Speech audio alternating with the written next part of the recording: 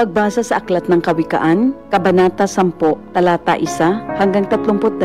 Ang mga kawikaan ni Solomon. Ang matalinong anak ay ligaya ng magulang, ngunit tinik sa dibdib ang anak na mangmang. Ang yamang buhat sa masama ay di papakinabangan, ngunit ang katuwiran ay maglalayo sa kamatayan. Ang matuwid ay binibigyan ni Yahweh ng kasiyahan, ngunit ang masamay kanyang ginugutom naman. Ang kamay na tamad ay tiyak na magdarahop, ngunit magbubunto ng yaman. Ang kamay na masinop. Ang nag-iimba kong tagaraw ay nagpapakilala ng katalinuhan, ngunit ang natutulog kong anihan ay nag-iipon ng kahihiyan. Ang matuwid ay mag-aani ng pagpapalat kabutihan, ngunit ang bibig ng masama ay nagtatakip ng karahasan. Ang alaala ng matuwid mananatili kailanman, ngunit pangalan ng masamay tiyak na mapaparam. Magandang payo ay tinatanggap ng pusong may pangunawa, ngunit kapahamakan ang wakas ng mangmang na masalita. Ang namumuhay ng tapat ay pinaghaharian ng kapayapaan, ngunit ang may likong landas ay malalantad balang araw. Ang malilikot na mata ay lagi sa kaguluhan, at ang bibig na maluwang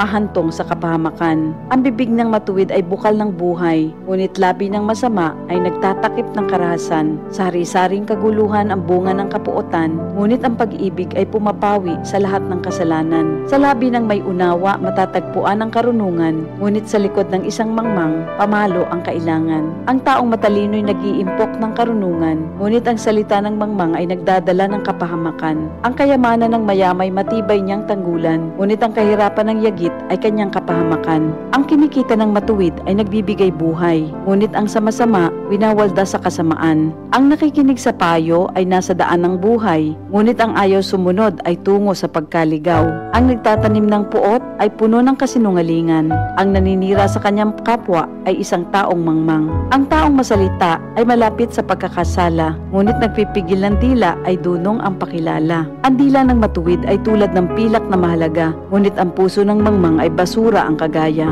Ang labi ng matuwid sa marami ay pakinabang, ngunit ang mangmang ay namamatay ng walang karunungan. Ang pagpapala ni Yahweh ay kayamanan na walang kasamang kabalisahan. Ang paggawa ng kasalanan ay kasiyahan ng masama, ngunit ang mabuting asal, kasiyahan ng may unawa. Ang kinatatakutan ng masama ay magaganap sa kanya, ngunit ang hangarin ng matuwid ay matatamo niya. Tinatangay ng hangin ang taong masama, ngunit ang matuwid ay gusaling di magiba. Kung paanong ang usok ay nakakaluha, ang suka ay nakakangilo, gayon ang tamad na alipin sa kanilang mga amo. Ang paggalang at pagsunod kay Yahweh ay nagpapahaba ng buhay, ngunit ang mga araw ng masama ay hindi magtatagal. Ang pag-asa ng matuwid ay may magandang kahinatnan, ngunit ang pag-asa ng masama ang dulot ay kabiguan.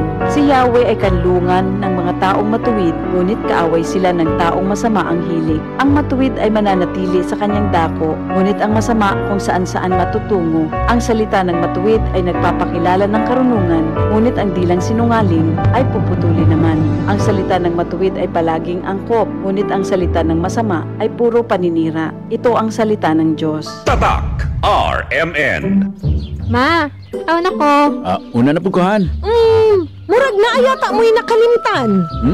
Kiss? Baon na ako? Dili! Ang inyong vitamin C! Magbaon og extra depensa para adunay laban sa sakit. Mag Gen C Vitamin C. Ang Gen C Vitamin C kay pwedeng makatabang aron pakusgon ang resistensya dungan sa tamang pagkaon o ehersisyo. Protektado ang immunity. Di nakalimtan sa sunod, ha? Oo, ma. Siyempre yan. Kanya akong dugang nga baon, ma.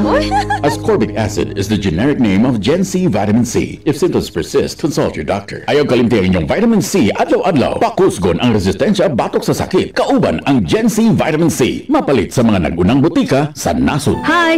Ako si Ferlie Abangan, usa ka training officer, entrepreneur o photographer. At my young age, I already face a lot of challenges tungod sa multiple career that I'm in. It's good nga na ako'y MX3 capsule rich in alpha, beta, and gamma nutrients that helps me sustain my day together with exercise and right food. Maong sa MX3, I can multitask and inspired to do more every day. MX3, dili ko believe. Mahalagang paalala, ang MX3 capsule ay hindi gamot at hindi dapat gamiting panggamot sa anumang uri ng sakit. Mag-MX3 araw-araw para MX-Extraordinary. Donnie Pangilinan here with Anthony. Dad, what's your love language? Connecting eye to eye. Eh pag lumabo mata, EO! EO Executive Optical, expert eye care, state-of-the-art facilities. Eye to eye, you mean titig-kilig? Yun! EO Executive Optical. Love your eyes, guys! This news was brought to you by EO Executive Optical. For expert eye care, come to EO Executive Optical with over over 250 stores nationwide. EO Executive Optical. Love your eyes.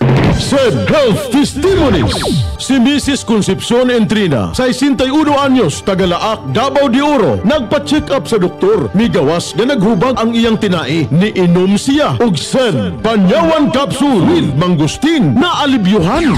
Ang finding sa doktor mo itong hubag ang tinai. Sige ko, ay butod. Palit na lang ko si Panyawan Capsule. Pag inom na buntag ito hapon, naulian dyan ko sir. Makatulog na ko. Salamat dyan kayo sa Sid Capsule. Sen Panyawan Capsule with Mangustin. Mapalit sa mga butika. Alas 8:21. That time check was brought to you by ACS Manufacturing Corporation. ISO certified world-class quality.